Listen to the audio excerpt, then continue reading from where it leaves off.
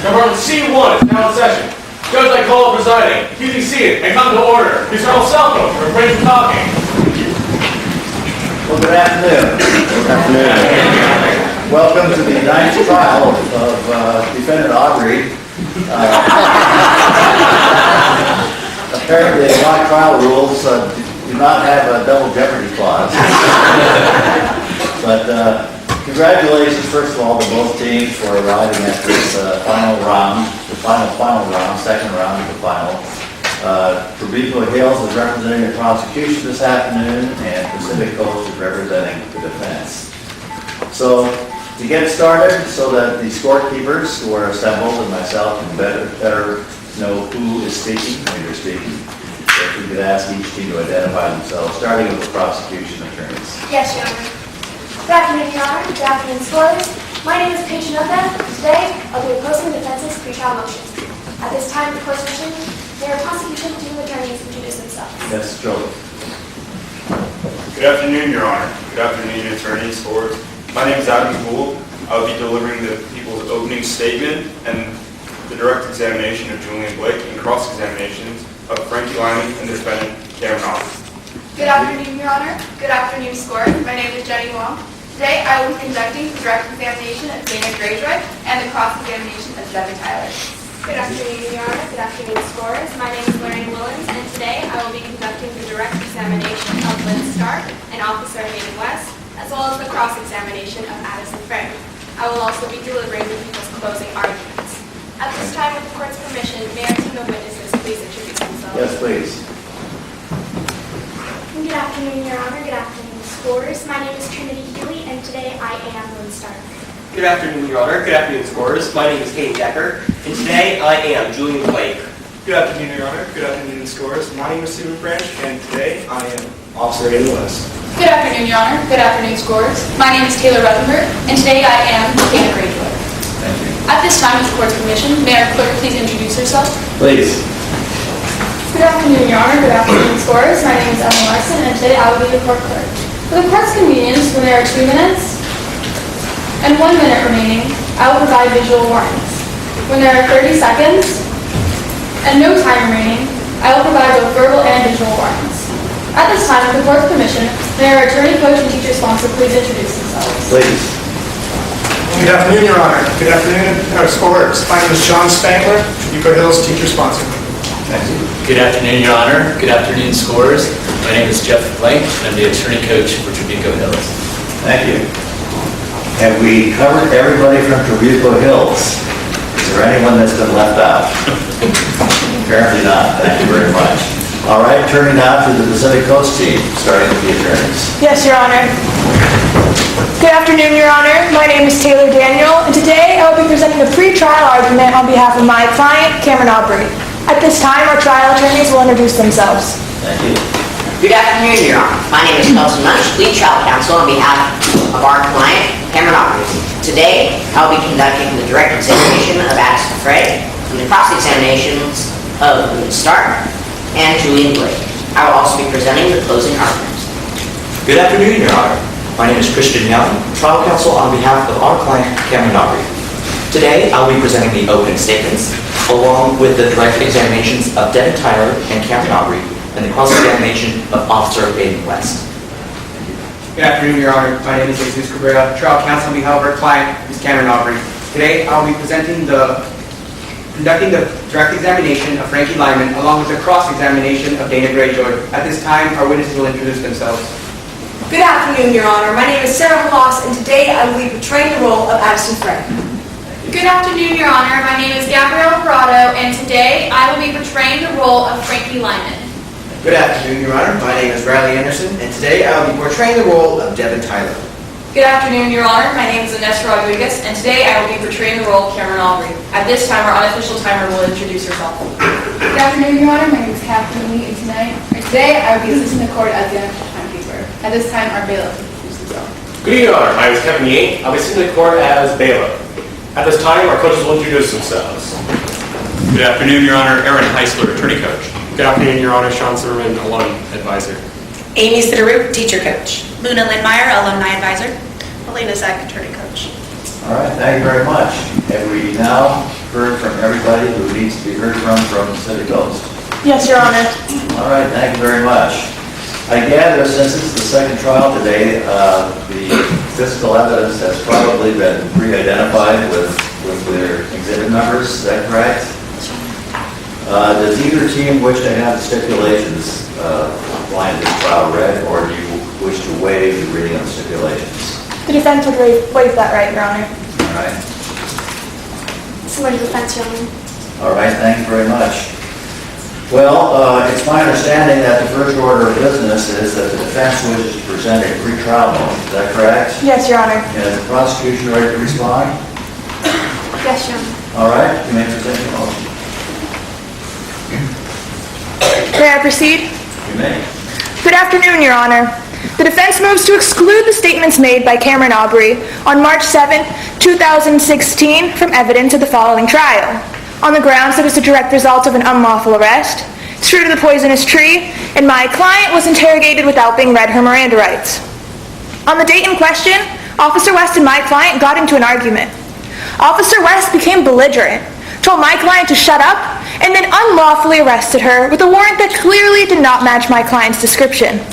On the way to the police station, Officer West got new information surrounding the warrant. Are you contending that the initial detention of, is it Ms. or Mr. Aubrey tonight? It is a Miss Aubrey. Ms. Aubrey. Are you contending that the initial detention was the thing that was wrongful or unconstitutional, or was it the formal arrest under the arrest warrant? Your Honor, the police misconduct in this case would be the unlawful detention of my client, Miss Aubrey. All right, thank you. Thank you. On the way to the police station, Officer West got new information surrounding the warrant that further did not match my client. At that point, Officer West turned the car around, but never told my client she was no longer a suspect or under arrest. Officer West went on to interrogate my client and attempted to provoke an incriminating statement from my client by berating her. Miss Aubrey... What kind of interrogation, what questions were asked? Your Honor, Officer West said to my client, "It's your lucky day, but I still think you're abusive to your cook." In the case of... Is that a question, or is that just a statement? Your Honor, in the case of Rhode Island versus Innis, the Supreme Court ruled that an interrogation is words or actions on the part of the officer they know are reasonably likely to elicit an incriminating response. It's not specified that they have to be questions, only a statement made by an officer they know will elicit an incriminating response. So in your view, a challenging statement likely to elicit the response is equivalent to an interrogation? Yes, Your Honor. Officer West and my client had an almost identical argument at the restaurant, and Officer West brought up the same argument again in the police car, and would reasonably know that my client would respond to this questioning. All right, thank you. Thank you. My client responded to this verbal abuse by saying, "I don't know who you think you are, but you need to understand something. Everything under that roof is mine." Furthermore, my client was never placed under the protections of Miranda, which is necessary for any custodial interrogation. Therefore, my client's statement must be excluded because there's a clear violation of her Fourth and Fifth Amendment rights. Well, counsel, let me ask you this. Just a few months ago, half a year or so ago, the U.S. Supreme Court decided the case of Utah versus Streif. That case seems to be very, very close to the facts which are presented in this motion. Your Honor, our case is clearly distinguishable from that in Utah v. Streif in that the police misconduct in Utah v. Streif was an unlawful stop, not an unlawful arrest. And in the case of Utah v. Streif, there was the presence of an intervening circumstance, which in our case there are none. Well, you say with an unlawful stop and an unlawful arrest both. That's your position now? Your Honor, there was an unlawful stop in Utah v. Streif. In the current case, it was an unlawful arrest. When did the arrest take place in this case? In the current case, the arrest took place after Officer West received an invalid arrest warrant. Excuse me. All right. Well, you're familiar with the Pereira case? Yes. Isn't there a good faith exception to the invalidity of the warrant? Your Honor, in the case of Herring versus United States, the Supreme Court ruled that an officer acting in good faith, this evidence obtained would not be excluded. However, Officer West was not acting in good faith when he arrested my client. He was given a search warrant, and one of the three factors on that arrest warrant did not match my client's description. And after seeing that substantial difference, Officer West didn't inquire further. But as I understand the facts, Officer West didn't have the actual warrant in his or her hand. It was information reported by the dispatcher, correct? Yes, Officer West was given... How was Officer West to know that he was not acting in good faith when he arrested the defendant? Well, Your Honor, out of the 3 factors given to Officer West by the dispatcher, one of those factors clearly did not match my client. And after seeing this substantial difference, Officer West didn't call back and inquire further, asking if the person in the warrant had scars, markings, or other signifying features. He simply placed my client under arrest. What was the feature that didn't match? Your Honor, later, are you referring to in the initial warrant or the information that came over the radio? Well, the initial, I heard you say that when the officer got the information about the arrest warrant, that one of the descriptors that was reported to the officer did not match the suspect. Yes, there was a weight difference. A weight difference. How big was the weight difference? 20 pounds, Your Honor. So do you think somebody is so discerning they can tell the 20-pound difference and suspect that maybe this isn't the right person? Your Honor, Officer West was in possession of my client's ID, which would have her weight depicted on it. However, even if my client would have lost or gained the weight, which is a possibility, a reasonable officer acting in good faith would inquire further when there is any substantial difference on the warrant in their possession and the person in custody. All right, thank you. Thank you. In the case of Herring versus United States, a police officer was told that his suspect had an outstanding warrant. He placed that suspect under arrest and found illegal substances. It later came out that there was no warrant. However, the Supreme Court ruled that because the officer was acting in good faith, there was no police misconduct that needed to be deterred. Now, as previously mentioned, this is clearly distinguishable from the case at hand, and that Officer West was not acting in good faith. Therefore, in accordance with the case holding of Herring versus United States, my client's arrest should be classified as unlawful, and any statement that is a result of it should be excluded under the fruit of the poisonous tree doctrine. In the case of Taylor versus Alabama, a suspect was unlawfully arrested without probable cause or warrant. 6 hours later, under the protections of Miranda, the suspect signed a written confession. But the Supreme Court ruled that this confession was not admissible because there was no intervening circumstances to attenuate the police misconduct from the discovery of evidence. Well, the prosecution, as I understand it, is going to argue that there's an attenuation here, that there's no causal link between the unlawful stop and the discovery of the evidence sought to be excluded. How do you respond to that argument? Your Honor, there are no meaningful intervening circumstances to attenuate either the unlawful stop or, in which the defense is arguing, the unlawful arrest. The prosecution may attempt to say that the finding of an invalid warrant would act as an intervening circumstance. However, that happened before the police misconduct of the unlawful arrest. Therefore, it cannot be used to attenuate police misconduct. May I proceed, Your Honor? Thank you. Your Honor, the case holding of Taylor versus Alabama is almost parallel to our case, in that Miss Aubrey was unlawfully arrested without probable cause or warrant. And as a direct result of this unlawful arrest, my client was interrogated. There are no significant intervening circumstances to attenuate Officer West's police misconduct from my client's statement, therefore it must be excluded. Even if Your Honor finds that it was not an unlawful arrest and my client's statement was not fruit of the poisonous tree, my client was still interrogated without being read her Miranda rights. In the case of Thompson versus Keohane, the Supreme Court ruled that custody is determined by 2 factors. First, the circumstances surrounding the interrogation, and second, given those circumstances, would a reasonable person feel they were at liberty to terminate the interrogation and leave?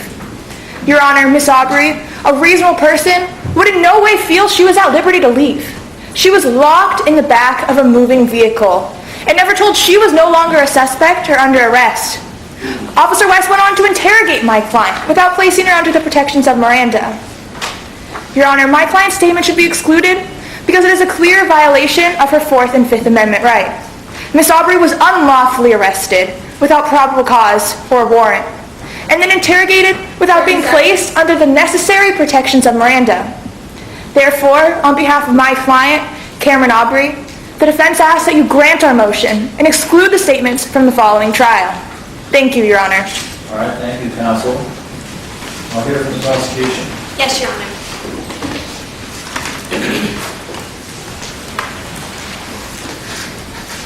Your Honor, may I begin? You may.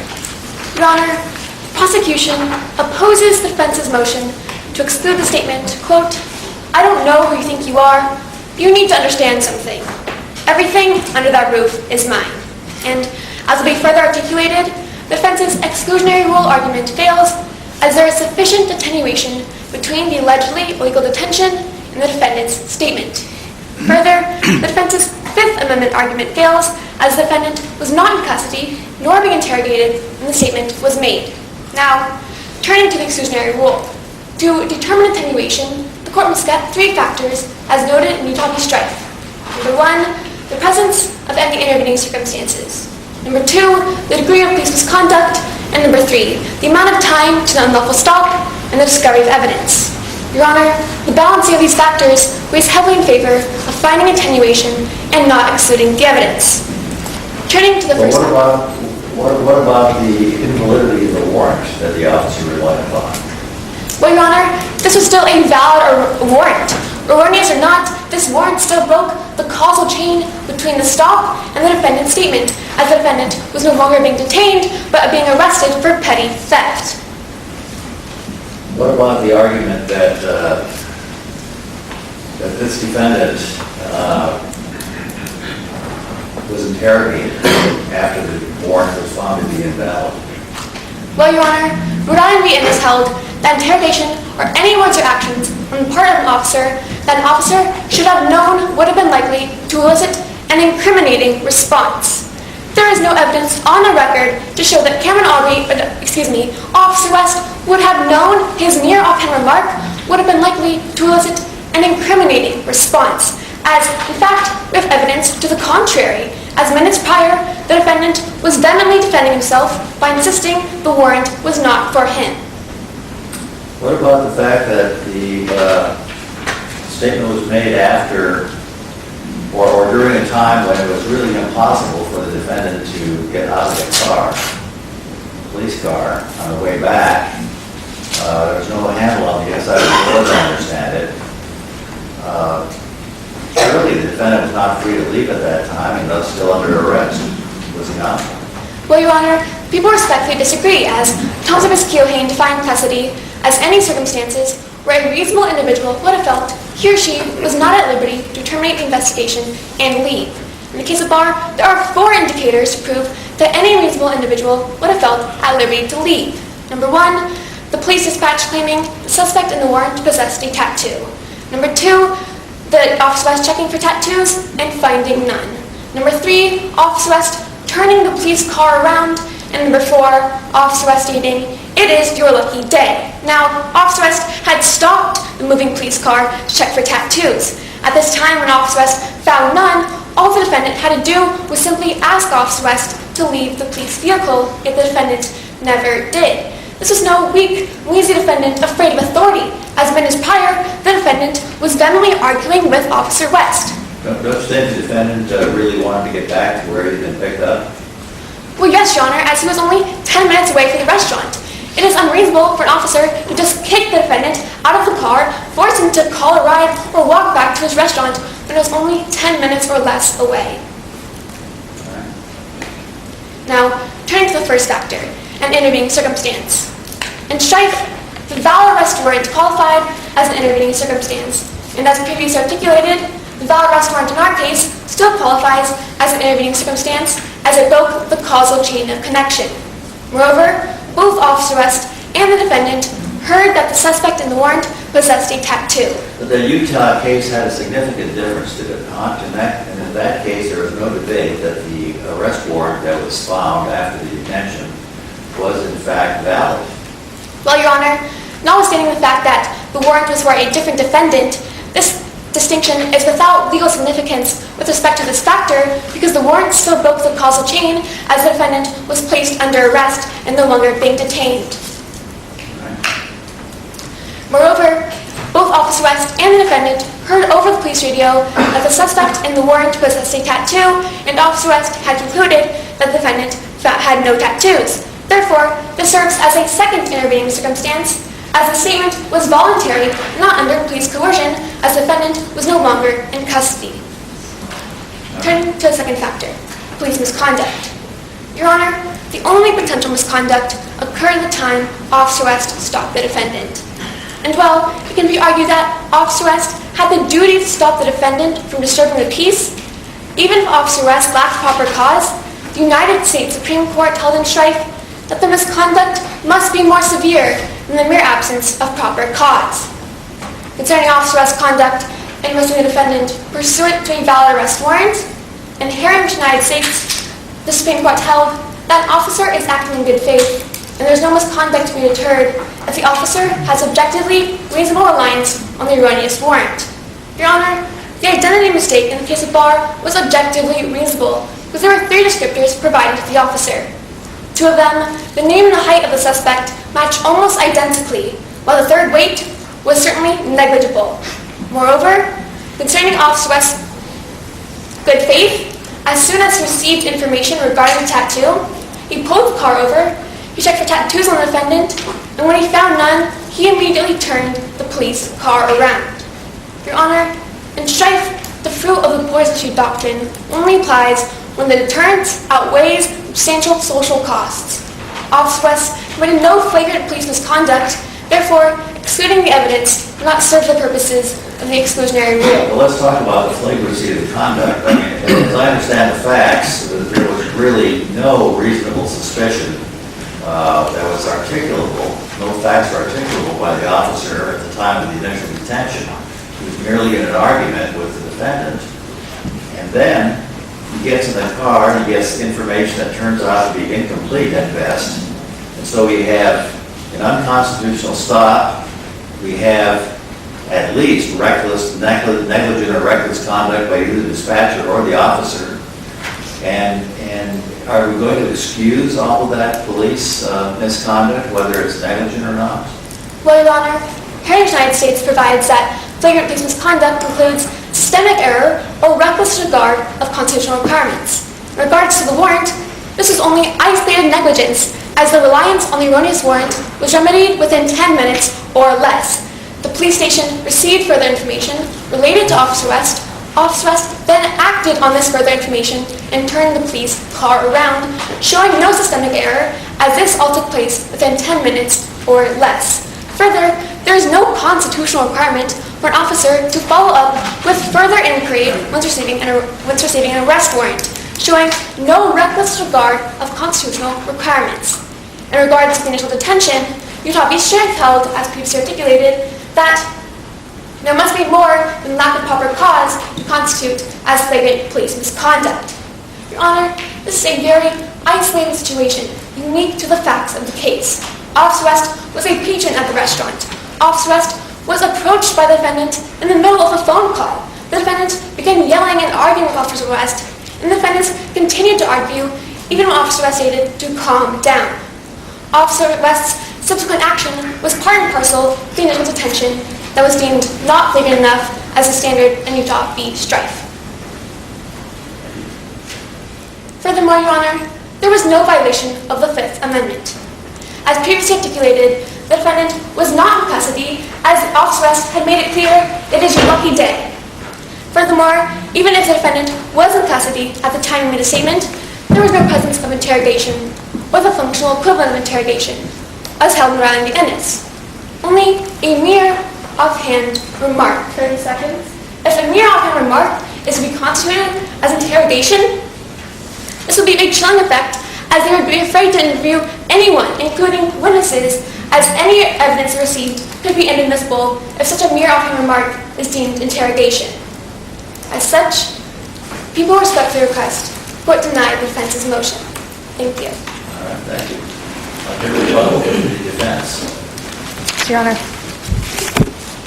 May I proceed? You may. Your Honor, the defense does find the initial stop of our client unlawful. However, the defense is asserting that the police misconduct in this case is the unlawful arrest. Now, an invalid, erroneous warrant would in no way be classified as an intervening circumstance. In that regards, our case is clearly distinguishable from that of Utah v. Strife. It would more closely follow the holding of either Taylor v. Alabama or Brown v. Illinois, in which there was police misconduct of an unlawful arrest, but there were no intervening circumstances, so evidence must not be admissible. Opposing counsel has asserted that my client was not in custody.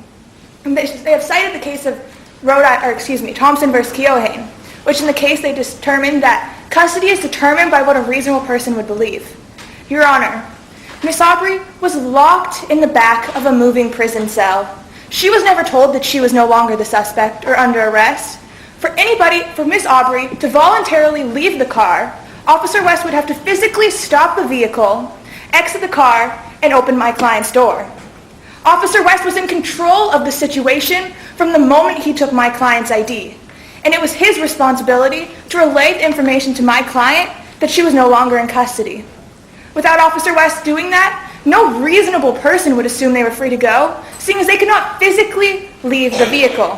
What about the prosecution argument that the statement was clearly made after the officer said it's your lucky day? It seems that the defendant knew at that time that she was no longer to be under arrest, and voluntarily made a statement. It sounds like a voluntary statement in response to an officer's statement that was not really a question.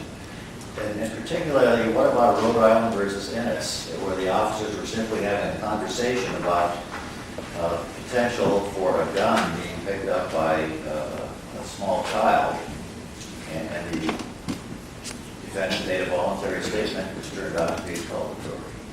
Your Honor, in the case of Rhode Island versus Ennis, the officers had no reasonable knowledge that them talking about a child finding a shotgun would elicit a response from the person in their custody. For that is clearly distinguishable from our case, in that Officer West already knew my client. In fact, Officer West and my client had an almost identical argument back at my client's restaurant. In fact, that argument is what started the initial arrest. And when Officer West discovered that the person in his warrant was not my client, he went back to the same argument that started the first arrest and was looking to find something else. He was testing his luck to see if he could get my client to say something that would be incriminating. Right. Thank you. Your Honor, for these reasons, and looking at the totality of circumstances, the defense asks that you grant our motion and exclude the statements from the following trial. Thank you, Your Honor. All right, thank you. I'll hear a rebuttal then from the prosecution. Yes, Your Honor.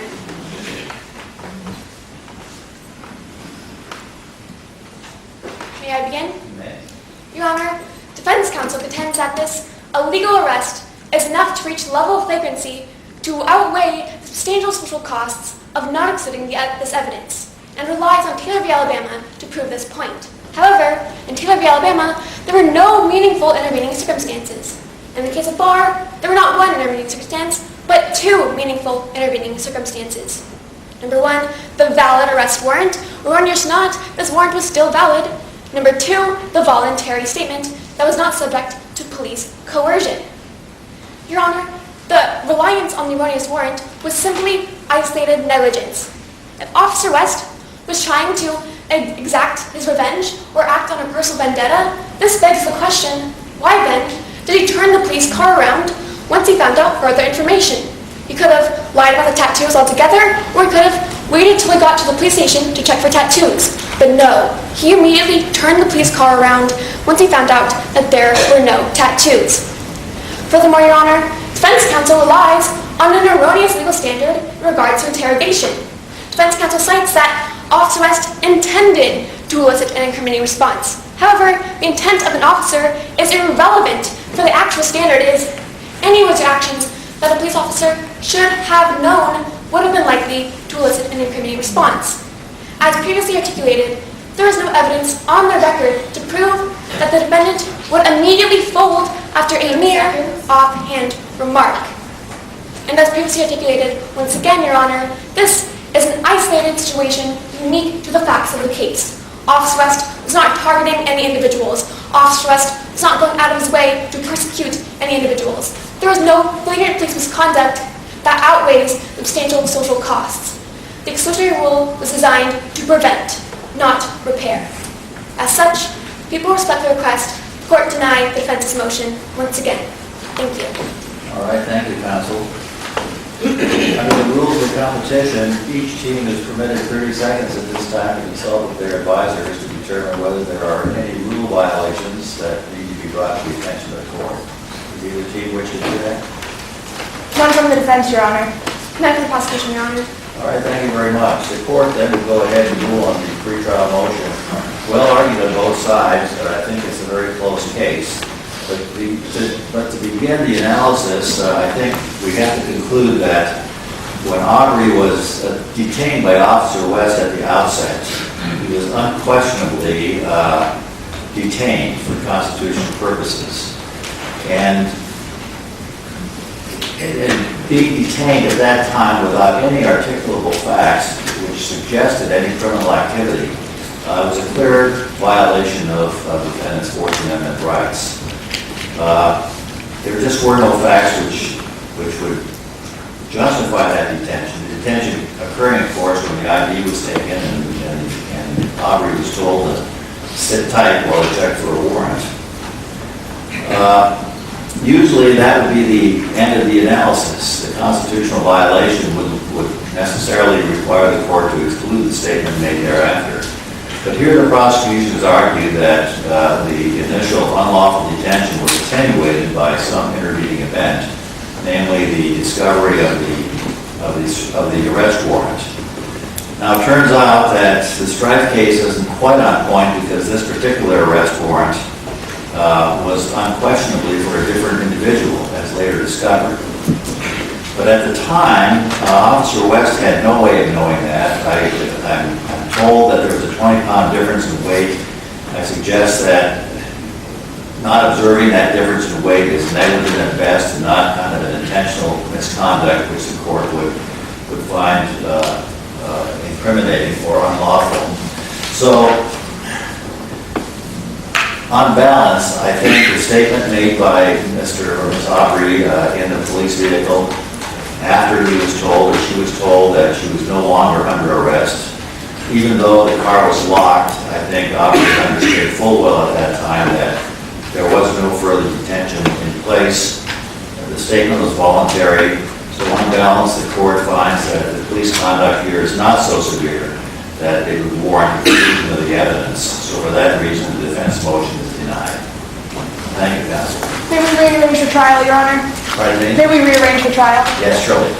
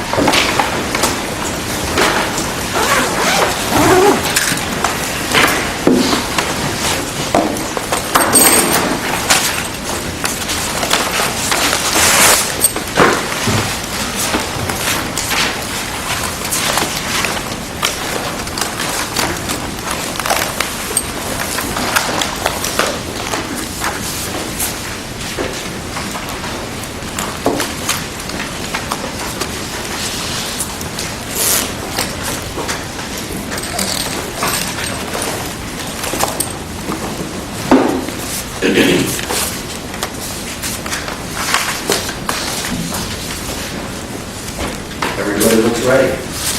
All right, we'll start the trial, read the charges.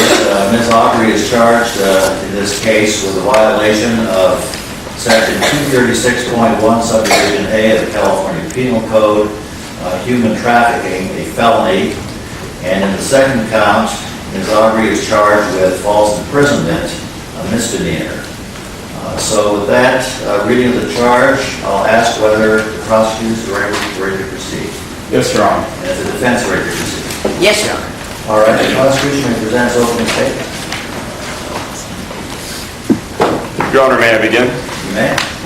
Your Honor, today you will learn that while the defendant Cameron Aubrey may have harbored dreams of one day opening a thriving Tantaran restaurant, her hiring of Lynn Stark, a vulnerable Tantaran immigrant, as the restaurant's only chef, foreshadowed her true intentions. For from the day a Taste of Tantara opened, it became clear Cameron Aubrey wasn't an aspiring restaurateur. In fact, today, the evidence will show the defendant was nothing more than a sweatshop entrepreneur. The people charged the defendant with false imprisonment, a misdemeanor, and human trafficking, a felony. Your Honor, the people ask you to look for three key facts when evaluating the charges. 1. The defendant restricted Lynn Stark's freedom to the possession of her immigration documents. 2. The defendant maintained Lynn Stark's services through perpetual threats. And finally, 3. The defendant stole Ms. Stark's key and knowingly trapped her in a room on the evening of March 9th. Your Honor, these three key facts will be made clear through the testimony of 4 witnesses. Officer Hayden West, a regular at Taste of Tantera, will testify to observing multiple instances of the defendant's abusive conduct towards Lynn Stark. Officer West will also testify to alarming comments made by the defendant. I don't know who you think you are, but you need to understand something. Everything under that roof is mine.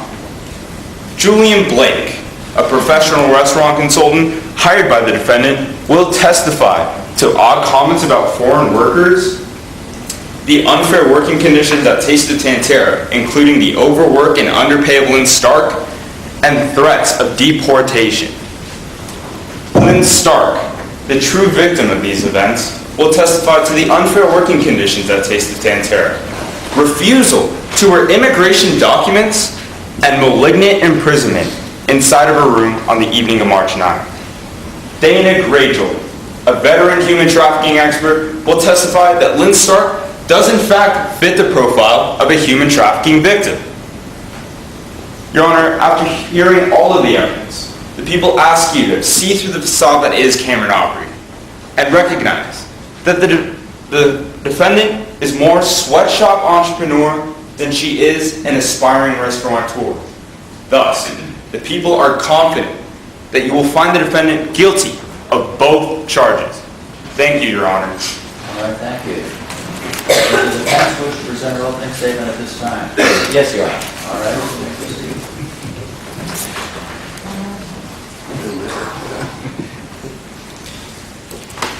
May I proceed? You may. Your Honor, the people have just painted Cameron Aubrey as a sweatshop entrepreneur. But there is more to this story, because this is not a story about Cameron Aubrey. This is a story about Lynn Stark's American dream. Your Honor, the evidence will show that Miss Stark was a citizen of a destitute country who came to the United States seeking opportunity. And that opportunity came in the form of Cameron Aubrey. When Miss Stark was unemployed and needed help, Miss Aubrey was there for her. Miss Aubrey gave Miss Stark a job, an apartment, all the food that Miss Stark could have ever asked for. Miss Stark was not paid a lofty salary, but was still enough for her to help support her struggling family back in Tantera. After all, this was Miss Stark's American dream, to earn enough money to support her family and hopefully one day bring them to the United States. Sadly, Your Honor, the evidence will also show that Miss Aubrey was unable to make Miss Stark's dream a reality as soon as Miss Stark would have liked. You'll hear testimony that Miss Aubrey gave Miss Stark the opportunity she desired to work hard as a chef in Taste of Tantera. You will hear from witnesses close to both Miss Aubrey and Miss Stark that Miss Aubrey tried to help Miss Stark focus to ensure her spirits were high with words of encouragement. And finally, you'll hear from an expert that Miss Aubrey worked as hard as anyone to try to help Taste of Tantera and Miss Stark succeed. Unfortunately, Your Honor, the evidence will show that Miss Aubrey's efforts failed. Miss Stark could not succeed. You will hear that Miss Stark grew increasingly frustrated with her own inability to handle the pressure of working as the chef of a growing restaurant, which quickly turned into anxiety and depression. The evidence will show that anxiety and depression, coupled with Miss Stark's unfamiliarity with American culture, caused her to misinterpret Miss Aubrey's pep talks, her help, and most importantly, Miss Aubrey's intent. Consequently, when Miss Aubrey was being encouraging, Miss Stark saw demanding. When Miss Aubrey called for teamwork, Miss Stark saw coercion. And when Miss Aubrey urged Miss Stark ever onward towards her American dream, Miss Stark saw only enslavement.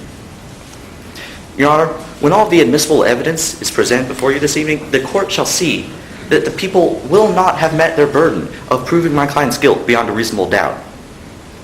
Therefore, the defense respectfully requests that at the end of today's trial, the court renders a verdict of not guilty on both the count of human trafficking and false imprisonment. Thank you. All right, thank you, counsel. Pause just for a little bit here to let the scorekeepers score.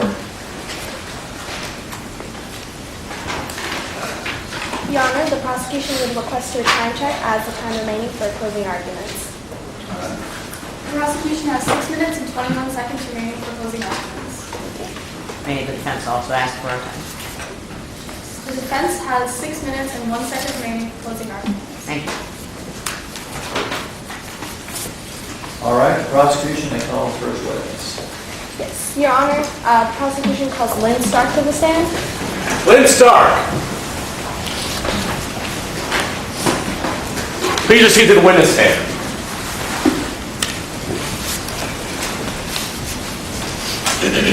Raise your right hand. You solemnly affirm that testimony you're about to give will faithfully and truthfully report the facts and rules of the mock trial competition. I do.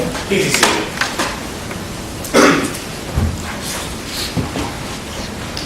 Please state your first and last name, spell your last for the record. Lynn Stark, S-T-A-R-K. Thank you. Your Honor, may I begin? Okay. Good afternoon, Ms. Stark. How old are you? I am 25 years old. And where do you currently reside? I currently live in the United States, but originally I'm from Tantera. Why did you immigrate to the United States? Well, I needed a job. There was no working back in Tantera, and I had to support my family. What jobs, if any, did you apply for? I applied for a job as a cook at a Tantera restaurant. Were you ever contacted for this job? Yes, I received a call from the owner shortly after I applied and went to the interview. She identified herself as Cameron Aubrey. Can you please identify Cameron Aubrey in court today? Yes, she's at the end of the defense counsel table wearing a floral shirt. Your Honor, let the record reflect that the witness has identified the defendant. The record will so reflect. What, if anything, do you recall from the interview? What I can remember was when Miss Aubrey asked me if anyone would miss me in Little Tantera if I were gone. What happened after the interview? Miss Aubrey gave me the job, and she told me that she would help bring my family to the United States. When did you start working at Taste of Tantera? I started the job on November 2nd, 2015. That was also the day I gave Miss Aubrey my legal documents. Now, where did you live when you were working at Taste of Tantera? My boss insisted that I lived in a room inside the restaurant. Could you please describe this room? It was cramped and filthy. There were bars on the windows and a leaky faucet. The only entrance to my room was through a self-locking door. Could you please elaborate on this self-locking door? The door had a note on it, as well as Miss Aubrey telling me that it was to always remain open. I did have a key to it, but I left it in my room. Now, can you describe the working conditions when you first started? Initially, it was bearable. I would start at around 8 a.m. and work for 11 hours. But during these working hours, I was always busy. Ms. Stark, you just said initially it was bearable. Did something change? Yes, unfortunately. What changed? To my knowledge, Miss Aubrey was going to hire another chef, but I was still cooking for lunch and dinner by myself. Overall, I was working 16 plus hours, 7 days a week. What changes, if any, did you notice from the defendant? She started to threaten me. She would yell at me to keep my head down and work faster, and say that I was going to be fired and threaten to lose my visa. Were you at all paid for your work? Barely. I received $500 in cash the first month, but then it decreased to $400. Miss Aubrey told me this was only temporary, but the money wasn't worth it. What do you mean the money wasn't worth it? I began to suffer from severe anxiety and depression around January. It didn't matter if I had back pain or a fever, I was forced to work. Did you ever ask the defendant for any time off? Yes, once. Why? My sister wasn't doing very well, and I desperately wanted to see her while I still could. What was the defendant's response to this? She became angry with me, and I was told I could never leave. She still had my passport, too. What did you do next? I had to walk away, but when I went through the self-locking door that led to my apartment, Cameron slammed it shut behind me. What happened after that? I heard her say through the door that it was going to be a while before I got anywhere. The next morning, when I realized that I couldn't get out and panicked, I started sobbing and banging on the door and screaming for help. Miss Stark, why didn't you just leave the room? I didn't have a choice. I went to look for my key to get out, but it wasn't where I'd seen it just the previous morning. It was gone. How did you get out of this room? I was finally let out at 7 in the morning by Miss Aubrey. She said, "Missing your key," then laughed at me and walked away. What did you do next? At this point, I knew I needed help. March 10th, I saw one of our regulars, Officer West, at Kingston Cantera. I knew what had to be done. Miss Stark, what had to be done? I needed to write a note and hand it to Officer West. That is what I proceeded to do. What did this note say? Please help me. I am treated like a slave. Objection, Your Honor. Hearsay as to the contents of the note. All here for counsel. Your Honor, this is an exception to the hearsay rule as it demonstrates Lynn Stark's then-existing state of mind. Lynn's beliefs are relevant under element 1 of human trafficking, being that depriving and violating someone of their personal liberty includes threats that a reasonable person believes the defendant will carry out. The very fact that Ms. Stark wrote this letter demonstrates that she believed Cameron would carry out the threat and deport her back to Tantera. Do you have a response to the state of mind exception? Yes, Your Honor. The defense holds that the portion of the note that says "I'm treated like a slave" is being used for the truth of the matter. It certainly is, but the prosecution argues that it comes with an exception to the hearsay rule. I submit to your decision, Your Honor. All right, overruled. Ms. Stark, directing your attention to Exhibit B, is this a copy of the note you received, or is this a copy of the note that you wrote? Yes, it is. And is it a fair and accurate depiction of the note you wrote on March 10th? Yes. Your Honor, we request that Exhibit B be moved into evidence. Is there any objection? No objection, Your Honor. All right, Exhibit B is received. Ms. Stark, did anything of significance happen on March 10th? Absolutely. Thanks to Officer West, I was finally released after 4 grueling months. Cameron Aubrey was arrested and taken away. Thank you, Ms. Stark. No further questions at this time. All right, cross-examination? Yes, Your Honor.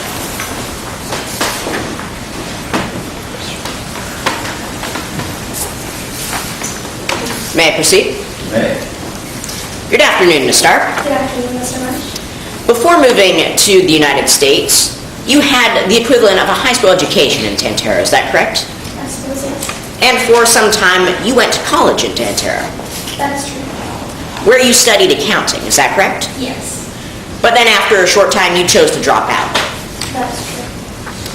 Now, while you worked at Taste of Tantera, you occasionally were able to call your family back home, is that correct? Occasionally, yes. Your Honor, permission to approach the exhibits? Yes. Now, just to clarify, Ms. Stark, you called your family from the room in the exhibit that is labeled office, is that correct? That is correct. Now, also when you began working at Taste of Tantera, your employer, Miss Aubrey, gave you money for personal items, is that correct? Yes. Now, moving to the door at the bottom of the stairwell, you were given a key for this, correct? That is true. And you were also told by Miss Aubrey that it was to remain open. Yes. Now, this door was closed on the evening of March 9th, is that correct? It was slammed by Miss Aubrey, yes. And the next time you went downstairs to try and open it was the next morning, correct? That is true. You didn't try to open it in between that night and the next morning when you went downstairs. No, I was too exhausted. So, moving back to your pay, you were paid an amount of money by Miss Aubrey, is that correct? That is true. Objection, Your Honor, vague and ambiguous as to amount of money. Well, no, I don't think it's vague or ambiguous. Any amount that you can question, I mean, it's overruled. This amount was $1,700, correct? That is true. And of this money, you sent $1,400 to your family in Tantera, is that correct? Yes.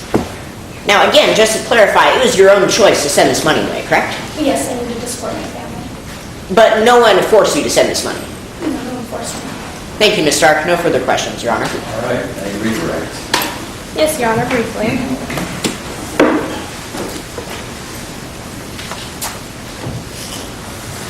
Ms. Stark, on cross-examination, you were asked about your pay. Could you please clarify as to what your pay was at Taste of Tantera?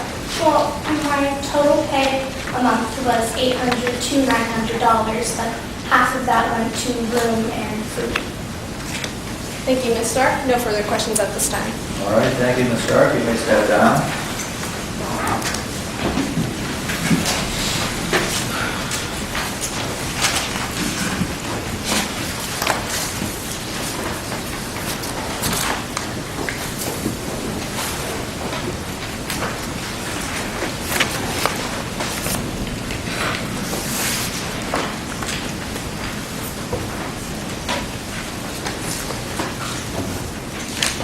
All right, the prosecution may call its next witness. Your Honor, the people called Julian Blake to the stand. Julian Blake. Please proceed to the witness stand. Raise your right hand. You solemnly affirm that testimony you're about to give will faithfully and truthfully according to the facts and rules of the mock trial competition. I do. Please be seated. Please state your first and last name, spell your last for the record. Julian Blake, B-L-A-K-E. Thank you. Your Honor, may I inquire? May. Good afternoon, Mr. Blake. What do you do for a living? Well, I've owned and co-owned several small restaurants. Now serve as a restaurant development consultant. Do you know the defendant? Of course, Cameron and I were acquaintances in high school. She also hired me for help in opening her restaurant in East of Cantera. Specifically, what services did you provide the defendant with? I helped scout out the property that was later bought, and I gave advice for modeling, although she never really listened to me. Objection, Your Honor, non-responsive to the question. The last portion of the answer, she no longer listened to you, will be stricken. Mr. Blake, how did Miss Aubrey receive your advice? Well, she didn't listen to a lot of my advice I gave. Well, why do you say that, Mr. Blake? Well, for one, I noticed a double-cylinder deadbolt door on the stairway, and I told her she needed to remove it. And how did the defendant respond to this? She told me it'd be convenient if she had to lock something away. Now, Mr. Blake, were you involved in any other aspects of the restaurant? I tried to be, but Cameron was completely against my involvement. Why do you say that? Well, she rejected my help in the hiring process, and she made it clear she was looking for a very particular type of person. Did the defendant elaborate further? Yes, but it was very unusual. Why do you say it's unusual, Mr. Blake? Well, she explained that her old job at garbage factory, her boss got a lot of foreign workers and got a lot out of them for very little cost. Now, Mr. Blake, did the defendant end up hiring a chef? Yes, Lynn Stark. And did you observe the defendant and Lynn work together? Of course, on numerous occasions. How would you describe their relationship? Well, they seemed to get along well at first, but everything changed when the restaurant opened. What do you mean by that, Mr. Blake? Cameron started yelling and threatening Lynn. Specifically, what kind of threats, Mr. Blake? Cameron would threaten to deport Lynn if she didn't work fast enough for Cameron. Aside from these threats, Mr. Blake, did you observe any other issues between Cameron and Lynn? Well, there were also issues involving Lynn's hours and pay. Can you elaborate on the issues regarding Lynn's hours? I observed Lynn working unreasonable hours without a proper kitchen staff, and Cameron completely ignored my concerns. Can you elaborate on the issues regarding Lynn's pay? I had overheard a conversation between Lynn and Cameron where Lynn was asking why she was only paid $400 cash for an entire month's work, and Cameron angrily responded that was all she had. Objection, Your Honor. Hearsay as to the statement made by Lynn Stark. Counsel? Your Honor, this is not being offered for the truth of the matter asserted, but rather the effect or lack thereof upon the listener, the defendant. May I explain further? You may. Being that the defendant did not increase Ms. Stark's wages, but instead told her that that's all she could afford at this moment, supports the first element of human trafficking, as she restricted Ms. Stark's freedom in order to maintain her services. I'll sustain the objection. Move to strike the witness's testimony regarding what Lynn Stark said. Yes, that part of the testimony is stricken. Yes, Your Honor. Now, Mr. Blake, did you tell Cameron about Lynn? Did you have any conversations with Cameron about Lynn's wages? Yes, I did. I talked to Cameron about some hours, pay, and benefits for head chefs, and I warned Cameron about burning Lynn out or even violating labor laws. Objection, Your Honor. Hearsay. Counsel? Your Honor, this is not being offered for the truth of the matter asserted, but rather the effect or lack thereof upon the listener. Again, Ms. Aubrey ignored Mr. Blake's advice and continued to pay Lynn at the same wages that he constituted violated labor laws. I think this testimony is being offered to show that the words are spoken and not necessarily that it's true. I'll overrule it there. Yes, Your Honor. Now, how did the defendant respond to this warning? She yelled at me for overstepping my bounds as a consultant. Now, what happened next, Mr. Blake? I resigned immediately. When was your last interaction with Tasty Pantera? On March 7th, I stopped by to retrieve the last of my files, and nothing had changed. Mr. Blake, what do you mean nothing had changed? Right away, I noticed Cameron kick right into Lynn's face and yelled, "What's wrong with you? Work faster." I was horrified. I left immediately. Did you take any further action, Mr. Blake? I was so disgusted that I contacted the police 2 days later. Thank you, Your Honor. No further questions at this time. All right, cross-examination? Yes, Your Honor. May I inquire as to the time remaining for cross? Yes. The defense has 8 minutes and 7 seconds remaining for cross-examination. Your Honor, the prosecution would like to ask a time check as well. Of course, 1 moment.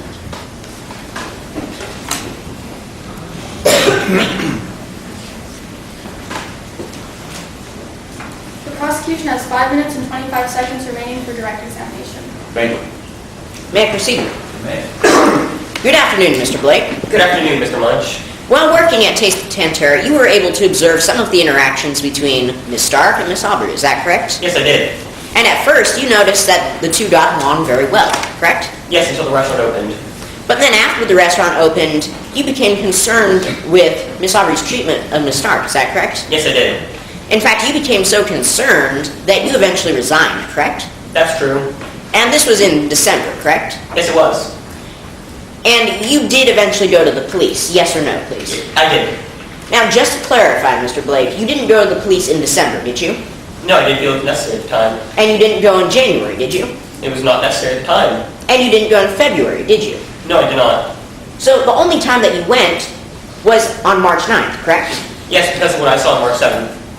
So now again, just to clarify, Mr. Blake, this is 3 months after you were so concerned that you resigned, yes or no? I wasn't as concerned as I was on March 7th, yes. I'm afraid you didn't understand my question. I asked, when you went to the police, it was over 3 months after you had originally resigned, yes or no, please? Yes, it was. Thank you, Mr. Blake. No further questions, Your Honor. All right, any redirects? Yes, Your Honor. Briefly. Your Honor, may I inquire? May. Mr. Blake, why did you take 3 months to contact the police? Well, I was always worried about Lynn, but it was because of what I saw on March 7th that I truly felt I needed to go to the police. Thank you, Your Honor. No further questions. All right, thank you, Mr. Blake. You may sit down.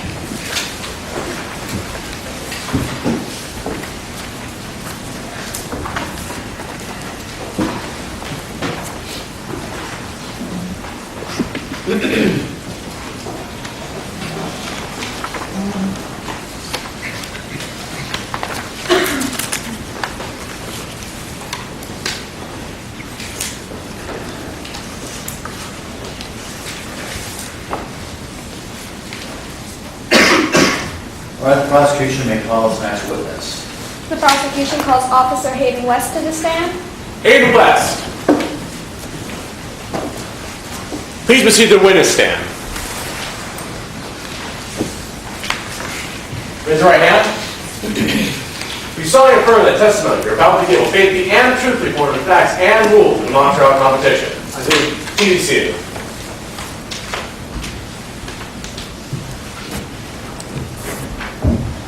Please state your first and last name, spell your last, for the record. Hayden West, W-E-S. Thank you.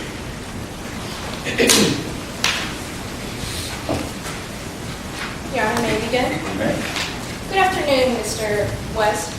Could you please state your credentials to the court? Yes, I have worked and trained at the Sanibel Police Department for the past 7 years. I also attended a training course on human trafficking. Have you been to Taste of Tantera? Yes, many times. During your visits, did you see Cameron Aubrey? I did. Cameron was the owner. Can you please identify Cameron Aubrey in court today? Yes, Cameron is sitting at the end of the defense table wearing a black long sleeve shirt. Your Honor, let the record reflect that the witness has identified the defendant. Will so reflect. Officer West, what observations, if any, did you make of this defendant? Cameron always micromanaged and threatened a certain employee whose name I later learned was Lynn Stark. What observations, if any, did you make of Lynn Stark? Lynn Stark was the only cook I saw working. Did you ever tell the defendant of your concern for Lynn? I did. In my police car, I told him that he's abusive towards Lynn. What was the defendant's response to this? Cameron snapped and remarked, "I don't know who you think you are, but you need to understand something. Everything under that roof is mine." Now, did you ever return back to Taste of Tantera? I did, on March 10th. What happened there? I wasn't able to speak with Lynn that day, but she did appear exhausted as she brought me my food with a note underneath the plate. What did this note say? The note said, "Please help me. I'm treated like a slave." What happened? What did you do in response to receiving this note?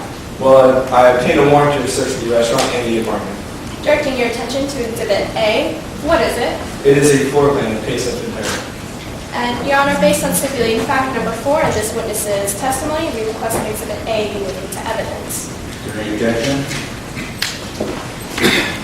Yes, Your Honor, as to this witness's inspection of the exhibits of the premises.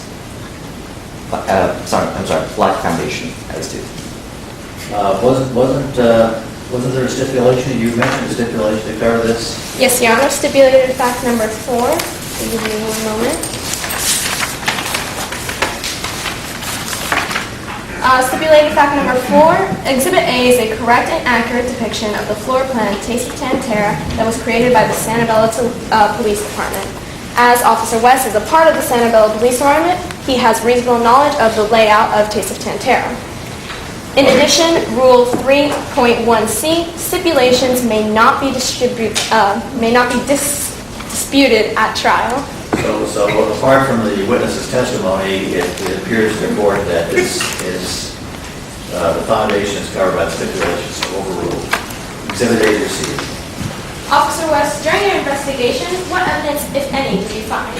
Well, I found that the door leading to Lynn's apartment was a double-cylinder double door, which is very unusual for an apartment.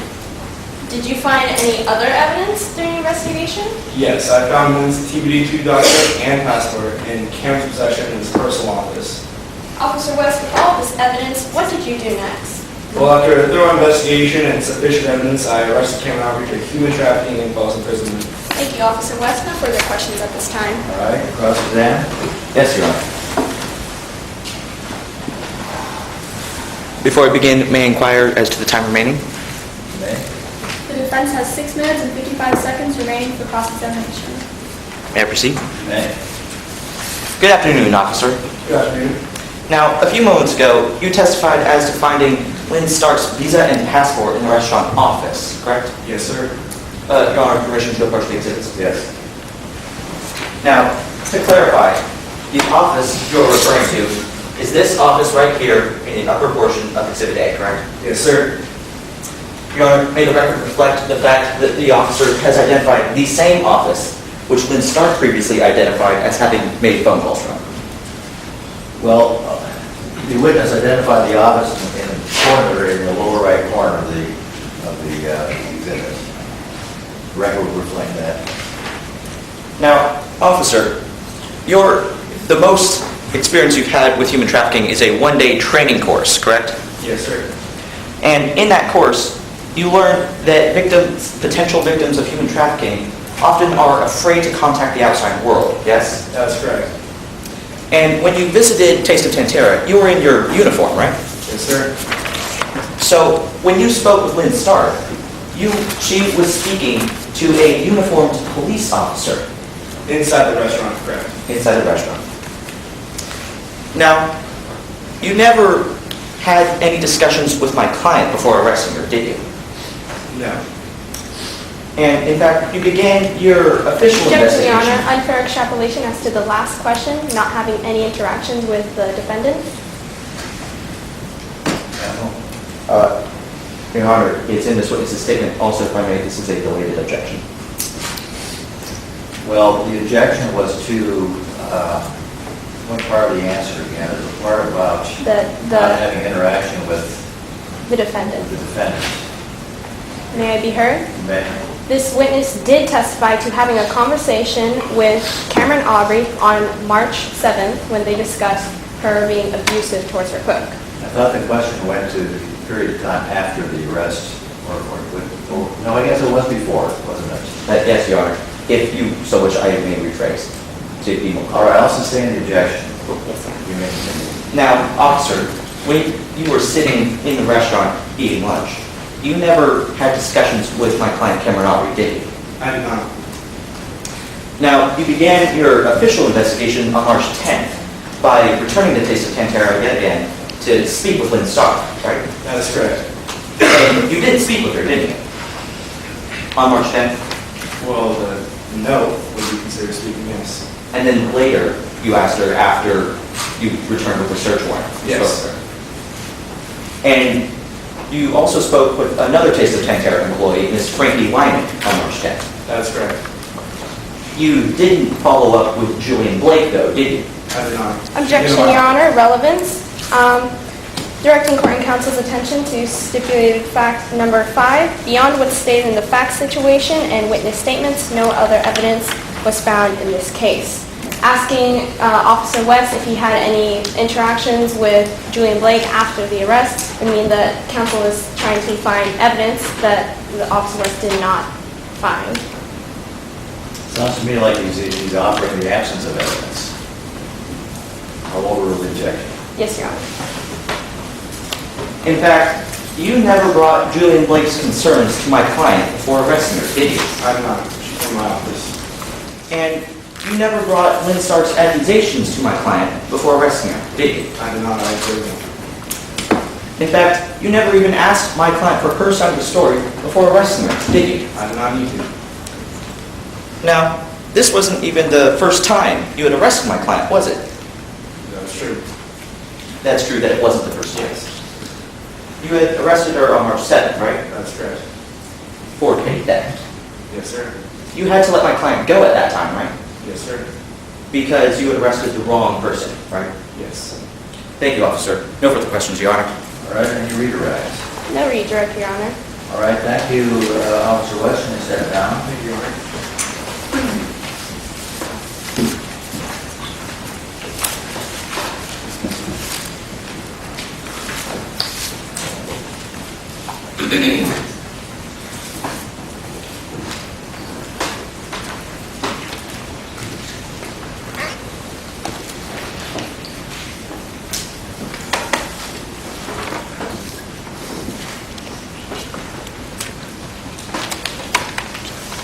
All right, you may call your next witness. Prosecution calls Dan Grayburg to the stand. Dana Greyjoy. Please proceed to the witness stand. Raise your right hand. You solemnly affirm that testimony is about to be given faithfully and truthfully according to facts and rules in mock trial competition. I do. Please be seated. Please state your first and last name, so your last, for the record. Dana Greyjoy, Greyjoy. Thank you. Your Honor, before we begin, the prosecution likes to request a time check. The prosecution has 3 minutes and 4 seconds remaining for direct examination. May I inquire? You may. Good afternoon, Ms. Greyjoy. Good afternoon, Ms. Wong. What do you do for a living? I've worked with victims of human trafficking for 20 years, and I also serve as a human trafficking expert. Could you please inform the court of your education? Of course, I have a bachelor's degree in sociology and a master's degree in social work. And what is your experience with human trafficking cases? I've testified in a total of 27 human trafficking cases, and I've also served on the boards of anti-trafficking nonprofits and taught seminars on human trafficking. What is your role in today's case? I was asked to determine whether or not Lynn Stark exhibits indicators of human trafficking. And how did you prepare for this case? Well, I reviewed relevant information from witness statements, as well as interviewed Lynn Stark the day after Cameron Aubrey was arrested, and inspected Lynn's apartment that same day. What is human trafficking? Human trafficking is various forms of forced arrest or deception used to make a victim do acts or works against their will. How do you determine whether someone is a victim of human trafficking? Well, there are 3 main factors that come together in a case of human trafficking. 1, a vulnerable victim. 2, empty promises made by the trafficker to who are the victim. And 3, a victim whose actions are controlled. Now you mentioned a vulnerable victim. How does this apply to your analysis of Lynn's situation? Lynn was suffering from anxiety and depression and had a large financial responsibility to her family in Tantera. Moreover, there was no one in Little Tantera that would miss her if she were gone, and she was in constant fear of being deported. You also mentioned empty promises made to a victim. How does this apply to your analysis of Lynn's situation? Lynn was promised a stable income, a place to live, and an opportunity to bring her family to the United States. Given her low wages, it is quite evident that Lynn was lured into taking the job at Case of Tantera. Now you mentioned a third factor, Lynn's actions being controlled. How does this apply to Lynn's situation? Lynn's actions were controlled through threats of deportation and Cameron's possession of Lynn's documents. With her overwhelming workload, lack of breaks, and without her government documents, her movements were directly restricted, given that she could not leave the country or find work elsewhere. Now, based on your definition of human trafficking, have you formed an opinion as to whether or not Lynn Stark is a victim? Yes, I have. What is it? In my professional opinion, Lynn Stark is clearly a victim of human trafficking. Thank you, Your Honor. No further questions at this time. All right, cross-examination. Yes, Your Honor. Your Honor, before I begin, I require some time remaining for cross-examinations on part of the defense. The defense has 4 minutes and 12 seconds remaining for cross-examination. Thank you. Your Honor, may I proceed? Right. Good afternoon, Ms. Greyjoy. Good afternoon, Mr. Cabrera. You're aware of Ms. Frey's report in this case? Yes, Is that I am. right? And you agree with Ms. Frey that often typical human trafficking victims are paid less than $1 per hour. Is this correct? Yes, typically. You also agree with Ms. Frey that sometimes human trafficking victims are paid nothing at all. Is this correct? Yes, sometimes they are. In this case, no. But according to your calculations, Ms. Greyjoy, Ms. Stark was paid $2.29 per hour, including salary, room, and board. Is this correct?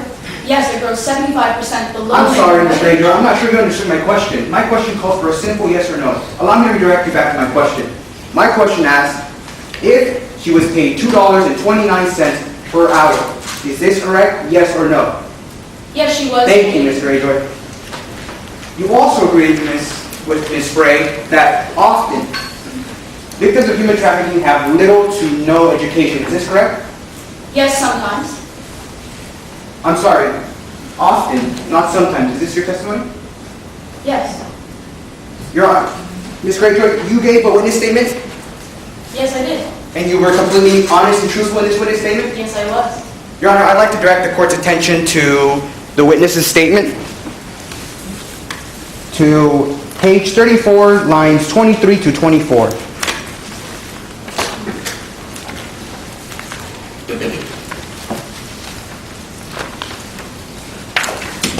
Traffickers also often target people who have lower levels of education. That was your witness statement. Is this correct? That is what I said, yes. Thank you. Not sometimes, but often. That Is is this what I correct? said, yes. But as we heard Ms. Stark testify earlier, she in fact has the equivalent of a high school education. Is this correct? Yes, Ms. Stark is moderately educated. She also attended college. Is this correct? Yes, she did. Where she studied accounting. Yes. Just for clarification, this is basically math with money. Is that correct? That is what accounting is, yes. And finally, Ms. Greyjoy, you agree with Ms. Frey that victims of human trafficking have little to no communication to the outside world. Is this correct? Yes. But in fact, Ms. Stark testified earlier that she was able to call her family from within the office located within Taste of Tantera to a distant country, Tantera. Is this not true? If the phone calls were not too long, yes. But I'm sorry, you again aren't answering my question. Allow me to repeat my question. Was she able to call her family to a country outside of the United States? Yes or no? When Miss Audrey allowed her to, yes, she was. Objection, Your Honor. The witness is being non-responsive. My question calls for a simple yes or no. I'll take the answer as yes, to strike the balance. All right. Thank you, Ms. Greyjoy. No further questions, Your Honor. All right. Can you redirect? Yes, Your Honor.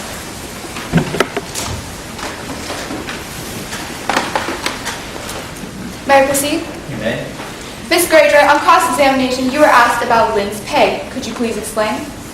Yes, Lynn was paid $2.29 per hour for a 90-hour work week, which is a gross 75% below minimum wage. Thank you, Your Honor. No further questions.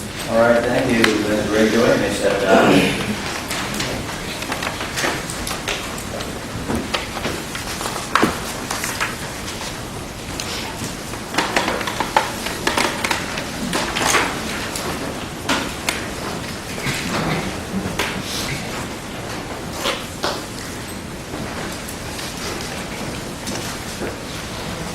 Prosecution arrest? Yes, Your Honor, the prosecution rests. All right. Is that the first witness? Yes, Your Honor. The defense calls Addison Frey to the stand. Addison Frey, please proceed to the witness stand.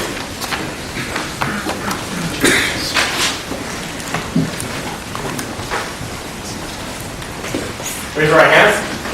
You solemnly affirm that testimony you're about to give will faithfully and truthfully conform to the facts and rules of the law trial competition. I do. Please be seated.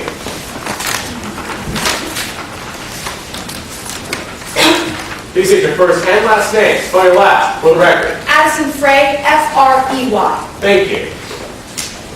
May I proceed, Your Honor? May. Good afternoon, Ms. Frey. Good afternoon, counsel. Please describe your professions to the court. Well, my name is Addison Frey, and I'm a human trafficking expert. And could you list your credentials? Of course, I received my bachelor's degree in psychology from California University and my master's degree in social work from Northern California University. I completed my residency hours at the California University Medical Center, where I often counsel victims of violent crime and human trafficking. I then worked in private practice as a therapist and consultant, often being contracted by the Santa Bella Police Department. And what experience do you have in human trafficking cases? I've testified in 10 human trafficking cases, about half the time for the people and about half the defense. And what work were you asked to complete in this case? I was asked to determine whether or not Dana Greyjoy's findings in this case were correct. To help aid my conclusion, I interviewed Ms. Stark, Ms. Aubrey, and I inspected Ms. Stark's apartment. And what do you look for when investigating potential human trafficking? Well, there's several things I look for. I typically look for the telltale signs that someone is being used. Labor traffickers often target unskilled workers to do menial jobs. They also often target multiple workers at one time. These workers are subjected to inhumane working and living conditions due to threats of deception and physical violence. What did you learn from your investigation in this case? I discovered that there were 4 major indicators which indicated that Ms. Aubrey was not a human trafficker and that her interactions and behavior towards Ms. Stark did not reflect that of a human trafficker. What was the first factor that you found? The first factor involves pay. Now, a typical human trafficking victim is paid $1 or less per hour. Ms. Stark, on the other hand, was paid twice that, not to mention she was given room and food. What was the second factor? The second factor concerns education. Now, Ms. Aubrey hired an immigrant with some education, which is quite unlike the majority of human traffickers. If Ms. Aubrey were a human trafficker, it would be quite unlikely that she would hire such a skilled laborer with some education.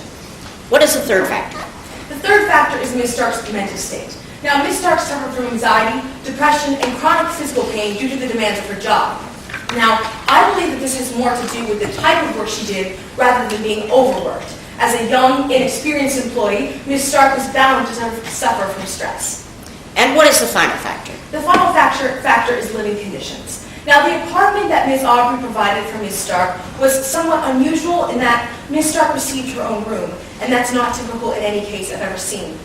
In my 15 years of experience, I have never seen a human trafficking case in which a victim had such adequate living quarters with unrestricted access to the outside world. Now, Ms. Frey, are you aware of the witness statement given by Dana Greyjoy in this case? Yes, very much so. And do you agree or disagree with Ms. Greyjoy's conclusion? I wholeheartedly disagree with her conclusion. Why do you disagree? Ms. Aubrey does not display the traits of a human trafficker. Now, I disagree with Ms. Greyjoy due to the aforementioned factors, but I also disagree because Ms. Aubrey worked the same number of hours, if not more, as Ms. Stark, and this is not typical in any case I've ever seen or that I know to exist. Ms. Frey, in your professional opinion, is Lynn Stark a victim of human trafficking? In my professional opinion, Lynn Stark is absolutely not a victim of human Objection, trafficking. Your Honor. Improper expert testimony. What's that way? This witness is testifying to if Lynn has the signs of a human trafficking victim, which means that she would have to know the defendant's mental state at the time of her employment. Directing counsel's attention to page 65, the last line of expert witness testimony. In a criminal case, an expert may not state an opinion as to whether or not the defendant had the mental state at issue. Saying that Lynn was a victim of human trafficking means that Cameron did have intent to obtain Lynn's forced labor. May I be heard, Your Honor? Okay. I neither asked the witness nor did the witness testify to anything regarding the defendant.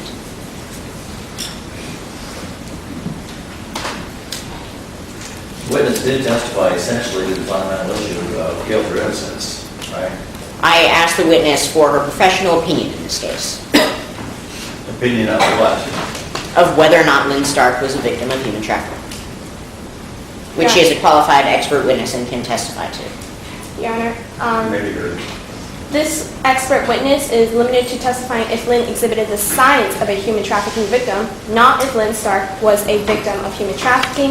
The elements of human trafficking include the Cameron's mental state at issue, which expert witnesses may not testify to. I think the objection is good, I'll sustain the objection. May I rephrase? You may, yes. Ms. Frey, based on your investigation and on your professional experience, did you find that the factors in this case indicate that Lynn Stark was a victim of human trafficking? They do not indicate that Lynn Stark is a victim of human trafficking. Thank you, Ms. Frey. No further questions, Your Honor. All right. Any cross-exam? Yes, Your Honor.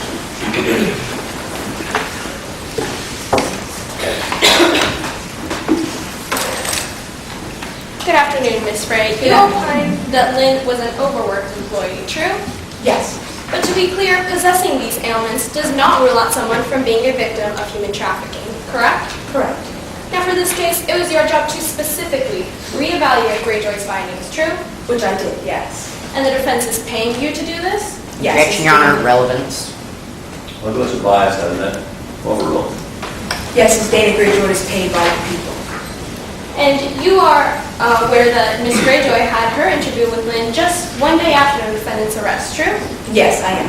And you partly based your opinion of Lynn exhibiting signs of human trafficking on your interview with Lynn, correct? Yes, that was extremely significant in my investigation. But your interview with Lynn did not occur until a month after her employment, true? True, all the information was still very fresh. Objection, Your Honor. The witness is being non-responsive. My question only called for a yes or no answer. Yeah, the answer yes will remain in the record, the balance of the answer is stretching. Now, Ms. Frey, you would agree that it being more likely for a victim of trafficking to exhibit signs of trafficking just one day after their employment rather than a month, true? No, I believe trafficking would stay with somebody over a period of a month. But it is plausible that the signs would decrease a bit. Objection, Your Honor. Speculation. I think the way the question is phrased, it would be speculative. Sustained. Now, Ms. Greyjoy, you opine that it is plausible that Lynn misinterpreted Cameron's feedback as threats and yelling to her job, correct? Yes, definitely.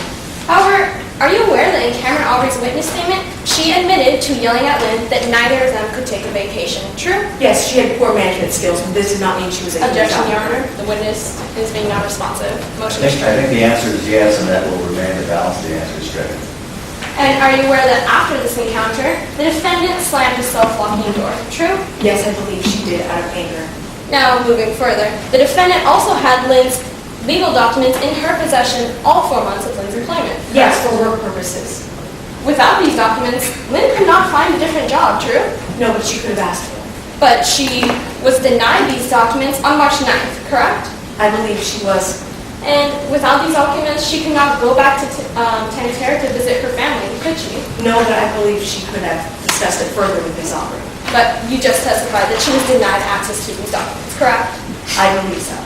So, Ms. Frey, in sum, you were aware of certain factors, yet you chose to give them little weight, correct? No, not at all. I weighted all the factors equally, and I came to the opinion. However, you did not find that Cameron's threats of deportation had much of relevance, correct? No, I did find them relevant, but in my overall conclusion, I came to the conclusion that Ms. Aubrey was not a human trafficker. Objection, Your Honor. The witness is being non-responsive. Motion to strike. I'm not sure because there was crosstalk. So why don't we strike and start over and ask the question once again? Ms. Frey, in sum, you chose to give factors like Cameron yelling little weight. Yes or no? That is not true. I definitely weighed those options. Thank you, Ms. Frey. No further questions at this time. All right, any redirects? Yes, Your Honor. May I inquire as to the time remaining? The defense has 10 minutes and 31 seconds remaining for direct examination. Thank you. May I proceed? Okay. Ms. Frey, are you biased? I am not biased at all. If I found that the prosecution was correct in their opinion, I'd be working for the prosecution at this time. And did the timing of your interviews affect your conclusion? No, not at all, and if I felt that they had, I would not be working in this case. And finally, did you disregard any facts in this case? Not at all. I weighed all factors equally. I did very thorough research in this investigation. Thank you, Ms. Frey. No further questions, Your Honor. All right, thank you, Ms. Frey. You may step down. Thank you, Your Honor.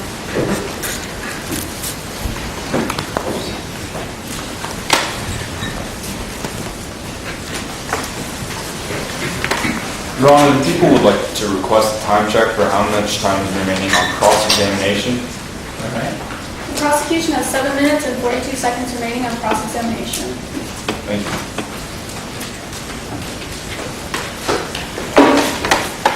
Your Honor, defense would like to call witness Frankie Lyman. Frankie Lyman, please proceed to the witness stand.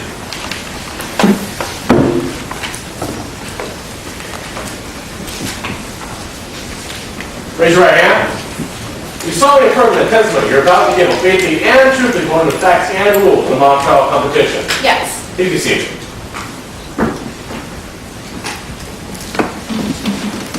Please state your first and last name, spell your last, for the record.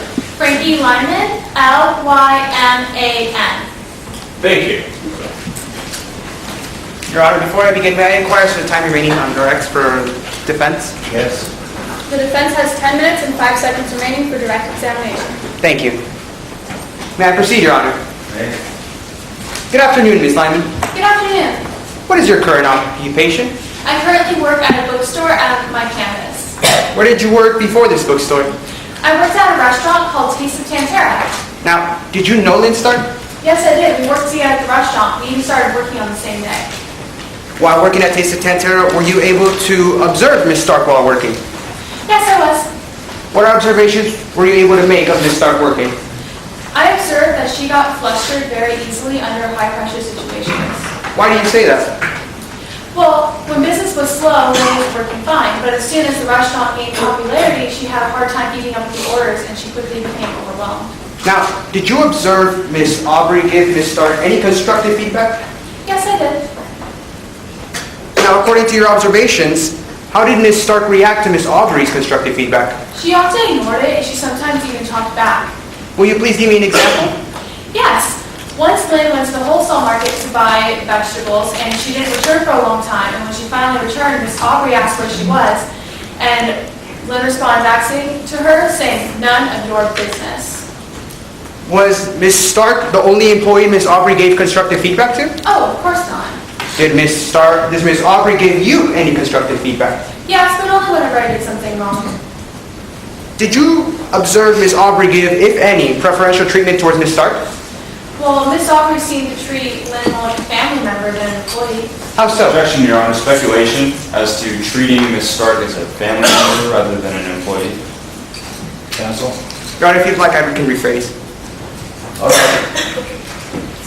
Ms. Lyman, did Ms. Aubrey give Ms. Stark any perks or special privileges that the rest of you guys didn't have? Well, yes. Ms. Aubrey let Lynn live in the apartment above the restaurant rent-free and let her eat as much food as we wanted. The rest of us only got one free meal per shift. Now, you mentioned that Ms. Stark lived in the apartment above this restaurant. Is this correct? Yes, I did. And were you able to observe or see this apartment? Yes, I did once. It wasn't anything fancy, but it was definitely comfortable. Now, during your time while you worked at Taste of Tantera, were you able to come to an opinion about your boss, Ms. Aubrey? Yes, I was. What opinion did you end up coming to? Objection, Your Honor. Relevance as to this witness's opinion upon the defendant. May I be heard, Your Honor? Surely. Your Honor, the defense is allowed to bring in good character evidence for the defendant. I am just asking her for her opinion about her boss. Counsel? If they're offering it as good character evidence, submitted, Your Honor. All right. Objection is overruled then. Would you like me to repeat my question? No, it's all right. Whenever I worked there, I observed that Miss Aubrey was working harder than anybody at that restaurant, including Lynn. And on top of that, Miss Objection, Your Honor. Improper character evidence. How May I so? explain? Yes. This witness just testified that Miss Aubrey was hardworking. However, good character evidence must combat an element in the charge. The people are not charging the defendant with being lazy, so hardworking would not combat any element, as the elements are restricting an individual of their liberty in order to maintain their services. Well, counsel, I'll hear from you before I rule. Yes, Your Honor. Your Honor, Ms. Lyman is only basing and giving her observations while she was present at the restaurant. She's not giving an observation while she was not there, but only when she was there. Her observations are part of her 5 senses, and therefore she's just testifying as to what she saw. Well, I understand that, but the objection really goes to the relevance of the opinion, of the good character evidence. Counsel argues that being a hard worker doesn't go to any of the elements of this particular crime. If you would like, I can rephrase as well, Your Honor. Are you submitting that? I am, Your Honor. State the objection. Move to strike the testimony, Your Honor. Yes, testimony stricken. When you were present at Taste of Pantera, what were you able to observe about Miss Aubrey and how she managed her restaurant? Well, Objection, Your Honor. Relevant. Picked up on my last speech, huh? Counsel, is this relevant? Yes, Your Honor, it is going to show how Miss Lyman, because she was a close worker with Miss Stark, she saw a lot of the treatment that was going on between them. Although she might have not been there all the time, she was able and can testify as to what she did when she was present at the time. Your Honor, may I be heard? Yes. The people are not denying the fact that Ms. Lyman has proper lay witness opinion. We're simply ascertaining what is the relevance of this testimony. Yeah, I agree with the prosecution. Objection sustained. Yes, Your Honor. Yes, Your Honor.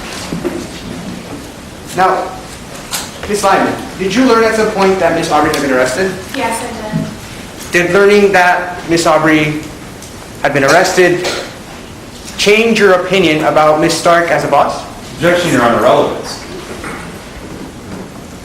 Counsel, what's the relevance? Your Honor, we're bringing in good character evidence as if this witness would find that Miss Aubrey was actually guilty of these charges, the image of her boss would have changed. But since she observed first-person views that in the charges being brought up on Miss Aubrey, her boss, are not what she observed, she will testify that it did not change her opinion because she observed a much different point of view than Miss Stark did. Well, I still have difficulty with the relevance of whether Miss Aubrey was hardworking or not hardworking to this case. So I'll sustain the objection. Your Honor, may I be heard? No, I've ruled. Okay. Ms. Lyman?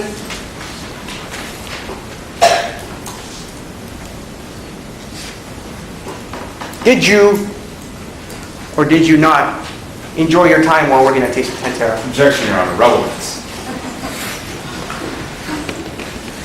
Your Honor, I'm only asking her for her opinion and if she found the experience while working at Taste of Pantera to be enjoyable. Your Honor, may I be heard? She's only testifying to her opinion. Now, let me ask this, counsel. Wasn't a co-employee's opinion of the working circumstances that they were subjected to be relevant to evaluating whether Lynn Stark was subjected to coerced labor? Well, Your Honor, there's too tenuous a connection between Ms. Lyman's experiences and the experiences of Lynn Stark. This is a completely different person with completely different treatment by the defendant. I'm going to sustain the objection. I think the working conditions, almost by definition, were different for an employee who was living on the premises and one who was not. I'll sustain it. Your Honor, may I be heard? And I've ruled. Very well. No further questions, Your Honor. Thank you, Ms. Lyman. All right, Cross-examine. Yes, Your Honor. May I inquire? Yes. Now, Ms. Lyman, on direct examination, you testified that Lynn would be bogged down with orders when the restaurant got busy. However, you would describe Lynn Stark as a hard worker, correct? Yes, I thought she was a hard worker. Thank you, Mrs. Lyman. Allow me to direct your attention to the evening of March 9th. You saw the defendant leaving Ms. Stark's stairwell, true? Yes, I did see her leaving the stairwell. And the defendant told you that she was checking the leaky faucet in Ms. Stark's apartment. Isn't that right? Yeah, she was checking on it. However, you did not see anything in her hands, true? No, she was checking on it. And this would include no tools, correct? No, she was checking on it. Thank you. Now, the following morning, you saw the defendant opening that same door with a key, correct? Yes, I did. Now, as she opened that door, Ms. Stark looked very upset, true? Yeah, she looked upset. Now, I'd like to direct your attention to this door specifically. This is a door. This door is a double-cylinder deadbolt door, correct? I believe so. And this is a door that you know is never supposed to be closed, true? Yes, camera told us never closed. A door that you've never seen closed, isn't that right? No, I've never seen the door closed. However, on this particular day, the door was closed, correct? Well, she was opening it. Yes, it was closed. Before she opened it, the door was closed, correct? Yes, the door was closed before she opened it. Thank you, Your Honor. No further questions at this time. All right, redirect. Any redirect? No, Your Honor. May the witness be excused? Yes, Ms. Lyman, you may step down. Your Honor, the prosecution would like to request a time check as to how much time is remaining for cross-examination. The prosecution has 6 minutes and 19 seconds remaining for cross-examination. Thank you.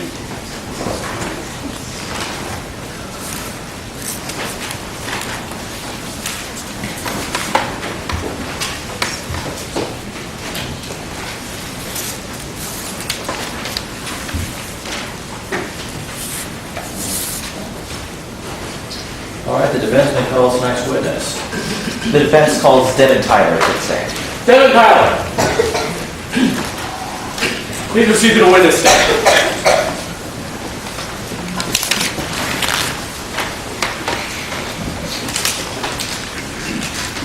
Raise your right hand. You solemnly affirm that the testimony you're about to give will faithfully and truthfully conform to the facts and rules of the Montreal competition. Yes. Please be seated.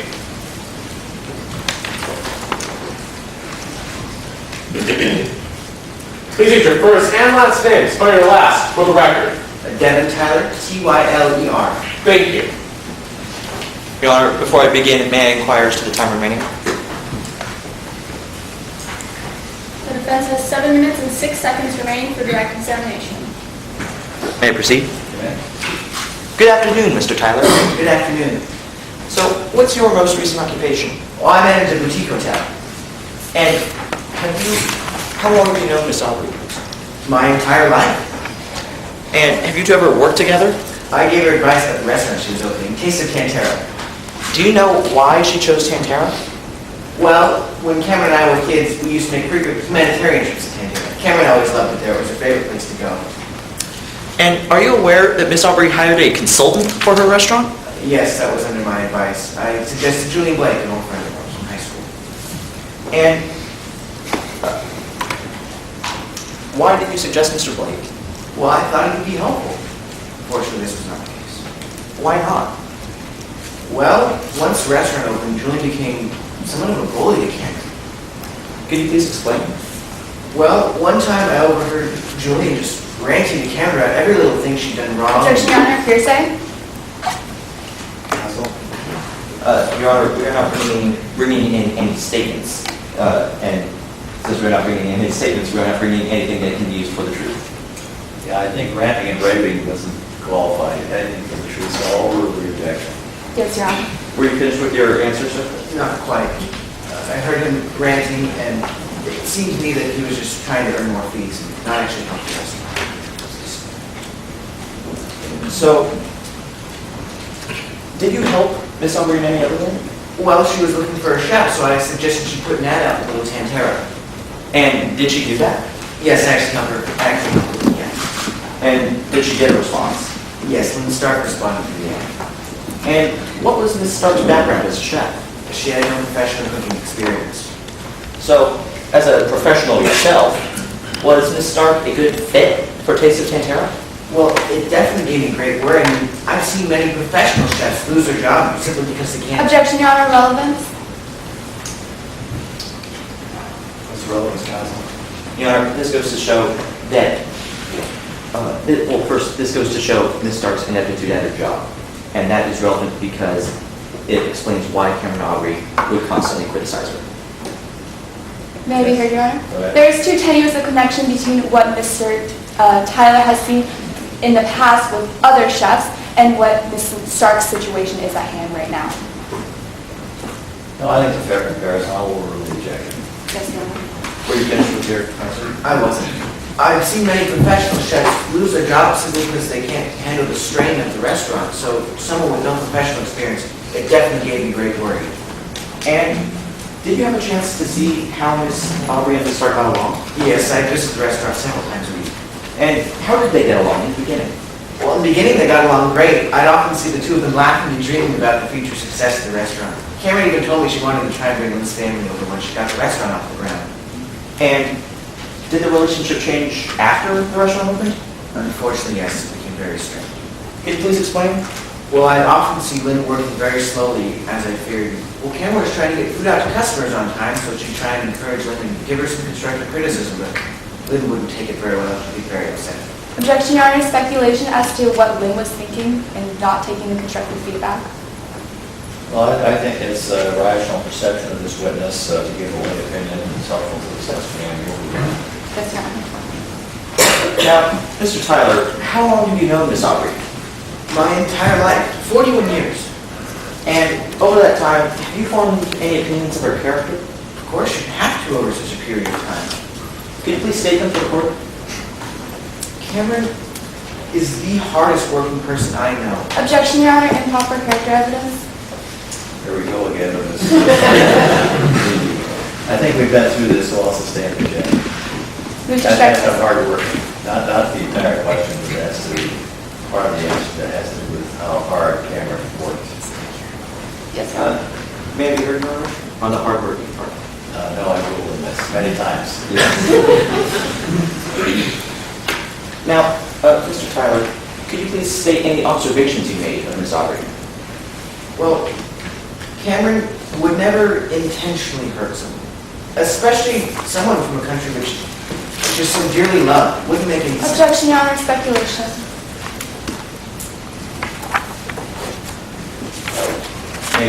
Yes, This witness has known Ms. Aubrey for 41 years. That is quite a long time to form an opinion of whether or not she would hurt someone. And therefore, it is not speculation.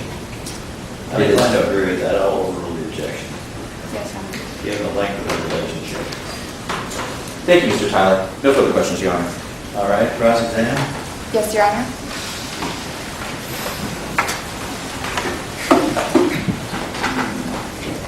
May I inquire? Yes. Good afternoon, Mr. Tyler. Good afternoon, Mrs. Wong, is it? Yes. You're the defendant's cousin, correct? Yes. And you care very deeply for her, true? Yeah, she's my cousin. So you wouldn't want to see her go to jail, isn't that correct? Well, I wouldn't lie about it. Now, you helped Karen with the restaurant, true? Yes, I gave her advice. And you recommended that she hire Julian Blake, correct? I thought he'd be helpful. Unfortunately, that was not the case. And while Julian was remodeling the restaurant, isn't it true that Miss Aubrey was the only one looking for employees? Well, I helped her write the ad. But she was the only one personally interviewing the employees, true? Well, yes, I suppose so. Now, Miss Aubrey confided in you that the restaurant was not doing well financially, isn't that correct? Yes, after a couple months. And you yourself did not know how long the restaurant could last for, isn't that correct? I wasn't sure. Moving further, Miss Aubrey asked for your advice on Lynn's work visa, isn't that true? She did. And you advised her to contact an immigration attorney, correct? Yes, I thought it'd be helpful. I wasn't sure the information I gave was enough. But to your knowledge, Mr. Tyler, Miss Aubrey never contacted an immigration attorney, isn't that correct? To my knowledge, I don't believe she did. It's quite possible the information I gave was sufficient. Thank you, Your Honor. No further questions. All right, thank you. No, we have redirect possibly. No to read No redirect. Well, thank you, Mr. Tyler, and set it down.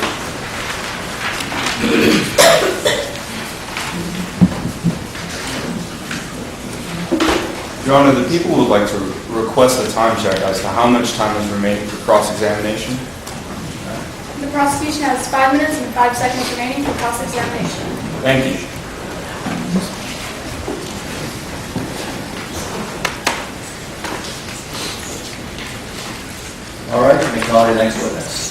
the people called Cameron Aubrey to the stand. Cameron Aubrey.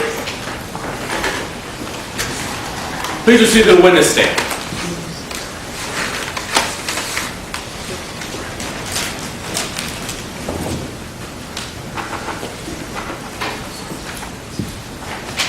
Raise your right hand.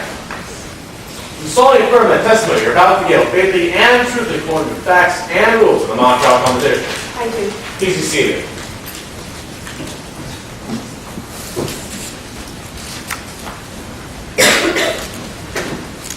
Please use your first and last name, declare your last for the record. Cameron Aubrey, A-W-B-R-E-Y. Thank you. Before I begin, Your Honor, may I inquire as to the time remaining again? Defense has 4 minutes and 5 seconds remaining for direct examination. May I proceed? Yes, you may. Good afternoon, Ms. Aubrey. Good afternoon. What was your most recent occupation? I was the owner of the restaurant Taste of Tantera. And why did you choose Tantera? Well, my cousin Devin and I, we spent several summers in Tantera doing humanitarian relief work as teenagers, and as a result, I feel a deep Objection, connection. Your Honor. Improper character evidence. How so? Your Honor, good character evidence must be in the form of an opinion or a reputation. I'm assuming that defense counsel would like to admit this as good character evidence. You are incorrect in that assumption. This Oh, is not okay. character evidence. Withdrawn then, Your Honor. Well, all right. I'll change my objection to relevance then. Is it first in OCC? Really object. Yes, Your Honor. Were you done with your answer? No, I was just saying that as a result of my time there, I feel a deep connection to the Tanteran culture and people. So, have you ever operated a restaurant before? No, I'm new to this. So, you must have had help, right? Yes, my cousin Devin helped me, as well as Julian Blake as a restaurant consultant and with my finances. You said Mr. Blake helped you with your finances. How did you manage to afford to pay for a restaurant in the first place? Well, my aunt, she died a few months ago, and she left me an inheritance of $100,000, which I invested completely into the restaurant. I also took out several large loans and mortgaged my house. You also said that your cousin Devin Tyler helped. How did he help? Well, Devin helped me handle employment paperwork and also suggested I put an ad into the newspaper circulating Little Tantera for a chef. Did you do that? I did receive several applicants. And out of those applicants, who did you hire? I chose to hire Lynn Stark. And to your knowledge, was Ms. Stark aware of your financial state? Yes, we discussed it. And was Ms. Stark a good employee? She was a good cook, but unfortunately she wasn't a very good employee. What do you mean by that? Well, even though she never took any breaks, which I thought was very odd, she worked extremely slowly, especially during the lunch rush. She also complained often as well. You said she never took a break. Was that on your orders? No, I admired Lynn's work ethic. I would never tell her not to take any breaks. Lynn had a very tough job, and doing so would have just been cruel. And you also said she complained. What about? Her pay mostly, and also, Excuse me, Your Honor. I think they're trying to tell you something. What does this have to do with the Yes, we have 10 minutes left. Can we let? There's 10 minutes left on the video, apparently. Can we go off the record for 2 minutes? He's asking for two. No, I'm not a videographer, I'm not a movie producer. Don't take this time away from the witness. Continue with your examination. Were you finished with your answer? no, I was not. Could you please ask me a question? Yes, you said that Ms. Stark complained. How did she complain? Well, it was about her pay mostly and also the leaky faucet in her bathroom. I couldn't do anything about her pay, but I did check on the faucet to see if I could do anything about it. And when did you check on her faucet? On March 9th, I went into her apartment to see what I could do about it. And are you aware that Ms. Stark kept a key in her apartment? Yes, it was the key that I gave her for safety purposes. Did you take that key while you were in her apartment? No, I only went to check on her faucet. I don't even know where she kept the key. I wouldn't need it. I had my own. And you heard Ms. Stark testify today, right? I did, yes. And you heard her testify that you restricted her access to her legal documents, yes? I heard that, yes. Did you do that? No, if Lynn had asked me for any Objection, Your Honor. Per Rule 3.4D, unless otherwise stated, attorneys may not solicit information from a witness that requires the witness to testify to information from another witness's statement or information not included in their own statement. Therefore, it is improper for counsel to answer this question and this witness to answer the question. Question was whether she had denied access to the immigration documents. Before that, Your Honor, the counsel asked Ms. Aubrey if she had listened to Ms. Stark testify, if she was restricting her access. Is that true? Yes, but forgive me, I'm not sure how that's excluded by that rule. You're asking information from this witness that another witness testified to. Therefore, Perfectly lawful. Well, what does the rule say? in the real world. However, this is mock trial, and per Rule 3.4D, unless otherwise stated, attorneys may not solicit information from a witness that. And 3.4B is even more specific, Your Honor, as witnesses may not testify or respond to another witness's testimony unless otherwise stated in the stipulation. There is lack of any information in the stipulations that this witness can respond to Ms. Stark's testimony. That's how the rule applies, is it not? I'll rephrase, Your Honor. All right, well, I think there was an answer to the question that the objection was made to, so I'll strike the answer. Yes, Your Honor. Now, Ms. Aubrey, did you restrict Ms. Stark's access to her legal documents? No, if Lynn had asked for documents, I would have returned them immediately. And did you ever threaten to have Lynn fired or deported in any way? No, I would never do something like that. I know how important this job was to her and her family. And did you ever ask Ms. Stark if anyone would miss her if she was gone?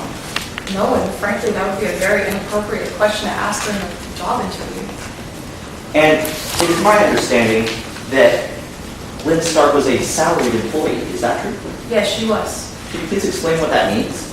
Yes, since Lynn was given a salary, she was given a set amount per 30 month, seconds. which we agreed to before I hired her. Therefore, minimum wage simply wouldn't apply. Thank you, Ms. Aubrey. No further questions, Your Honor. All right, cross-examination? Yes, Your Honor.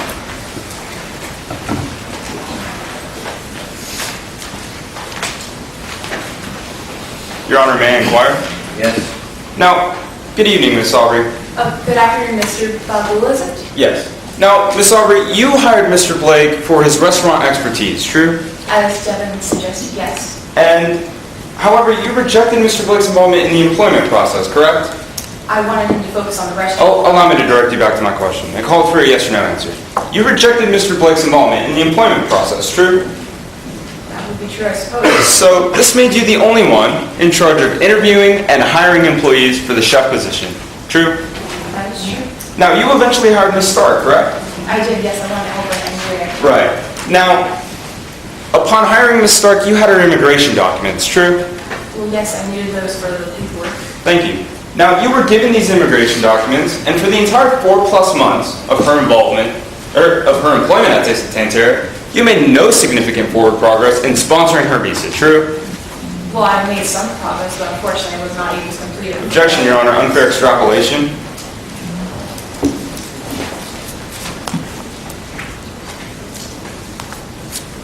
Directing court and counsel's attention to page 39, line 37.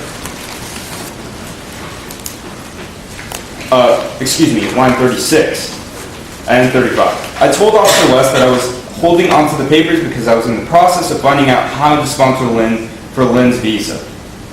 Therefore, this witness has made no significant progress in sponsoring Ms. Stark's visa. I'll hear from counsel. Your Honor, it says, from the lines that counsel read from, that she was in the process of finding out how to sponsor it. I assume that she found out and made progress. Your Honor, we are not supposed to assume from the fact situation, being that the fact situation says that upon Ms. Stark's arrest, she told Officer West that she was still in the process of finding out how to sponsor this visa, would reflect that she made no progress and hadn't even found out how to sponsor this visa. May I be heard, Your Honor? Yeah, one more time. Simply because she was still in the process of finding out doesn't mean she hadn't already found out other ways of doing it. I think it's a closed question. I'll overrule the objection. Yes, Your Honor. Now, Lynn Stark had complained about her hours, true? She did, yes. Now, Lynn worked very long hours, isn't that right? Yes. In fact, as you sit here today, you can't even tell me how many hours Lynn worked, correct? Well, we didn't have timesheets, so no. And you also claim Ms. Stark was a salaried employee, true? She was. However, she had no set salary, isn't that right? Well, not exactly. I told. So that's a no. That is a no, I suppose. Yet, in fact, her salary decreased from November to December by $100, true? It was all I could afford at the time, so yes. So that's a yes. That's a yes. And it stayed that amount from December all the way to March, true? It was all I could afford at that time, so yes. Now, A Taste of Tantara was open 6 days a week, correct? It was, yes. And Ms. Stark worked all 6 of those days as the only chef, true? Yes. She even came in on her days off to work additional hours, isn't that right? She did. Now, Ms. Aubrey, do you recall interacting with Officer West on the evening of March 7th? Yes, I do. And you told Officer West, everything under that roof is mine, correct? Unfortunately, I did. Now, this was directly after Officer West had told you, I still think you're abusive to your cook, true? Yes, I did have. Now, to be clear, Miss Aubrey, Miss Stark is that cook, correct? She's the only cook I can afford to pay at the moment. Thank you.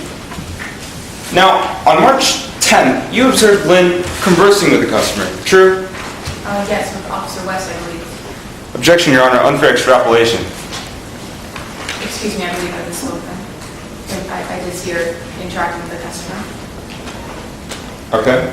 Now, Miss Aubrey, you rushed over instructing Lynn to get back to the kitchen, true? It was during the lunch rush, so yes. And this customer was Officer West, correct? Objection, Your Honor. This requires an unfair extrapolation.